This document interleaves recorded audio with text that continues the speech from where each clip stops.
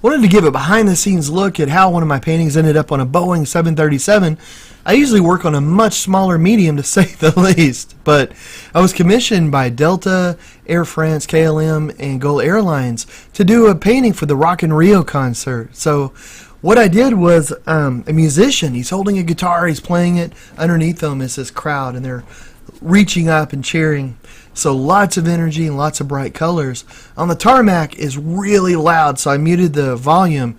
The plane, that jet there, is actually running. I'm about to get on it. We're going to go to Rio, and there's other planes that are landing. The other ones are taking off. The sound and the smells is just amping up the energy there. Sorry for the shaky cam Blair-esque sort of video style here.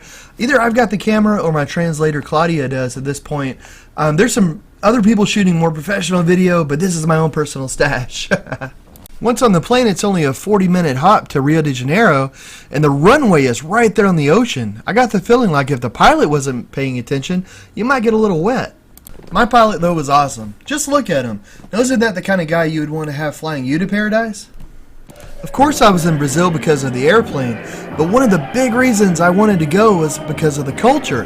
And I was lucky enough to be invited to the #1 samba school in Sao Paulo. I have the sound muted here, but it was so loud, it felt like you had two hands pressing against the sides of your head, trying to crush your noggin like a walnut.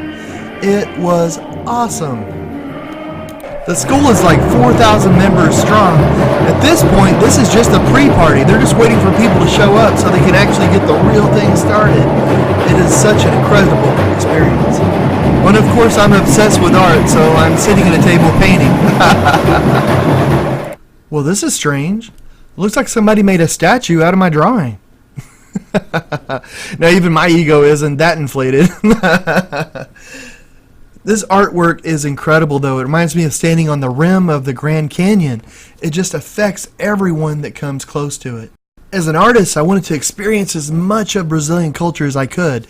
You know, the singing, the dancing, but of course the food. Oh my goodness, the flavors. And bring home the colors of the flavor of the food, the colors of the music, and be able to work that into my artwork.